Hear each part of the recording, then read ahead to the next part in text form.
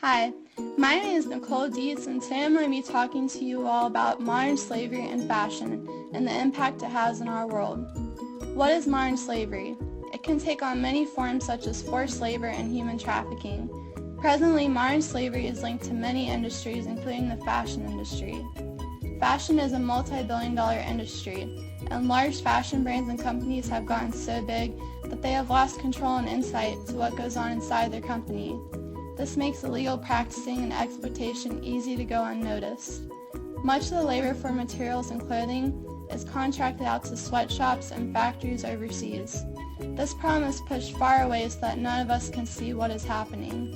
Another contribution to the global problem is us, the consumers. Many of us desire quick and easily be affordable clothing, or fast fashion, instead of buying higher quality clothing at a medium to high cost. In America, there is a stigma that to be successful and happy, you have to have a lot of stuff. Big companies and corporations are great at advertising this and saying we need to buy this latest clothing and that will make us happy. We buy a lot of stuff we don't even really need, and we waste a lot also.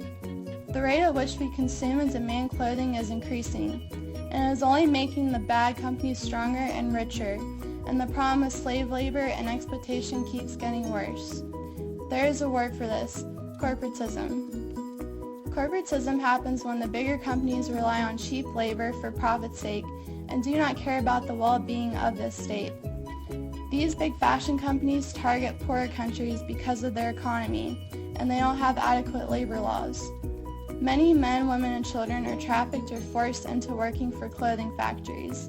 In the garment business, even though it is illegal to have children working in these places, there are kids as young as 12 to 14 in these factories working as hard as the adults. Workers can be told to meet incredibly high standards, and they're often threatened that if they don't meet these high standards, that they might get replaced or not get paid. These workers are extremely uncompensated for, receiving close to $3 a day for their hard work, and that is not enough money to live off of or support their families.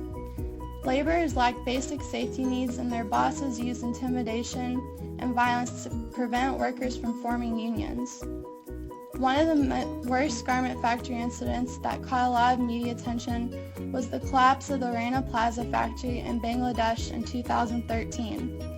Bangladesh is the second largest apparel exporter and is a $20 billion industry that produces a lot of Western clothes.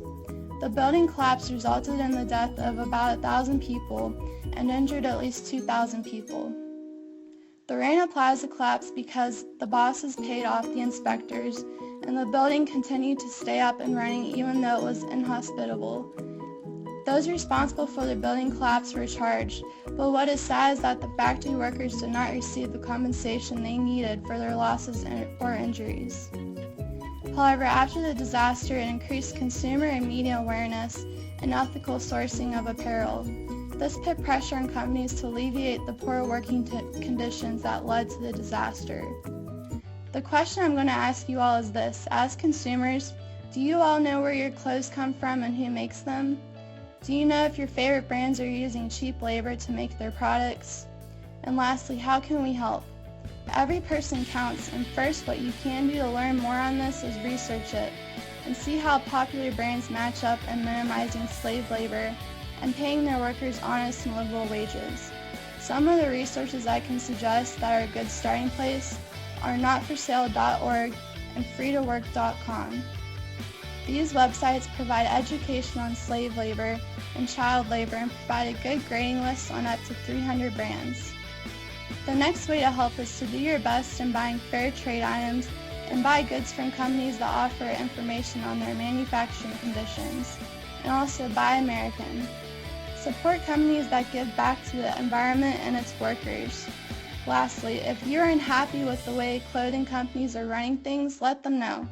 Social media is becoming an important tool in bringing issues to light, and we can pressure companies to sign worker safety acts and pay fair wages. The goal of this video I'm presenting to you is that I hope it sheds some light on what is going on outside the world we as Americans live in.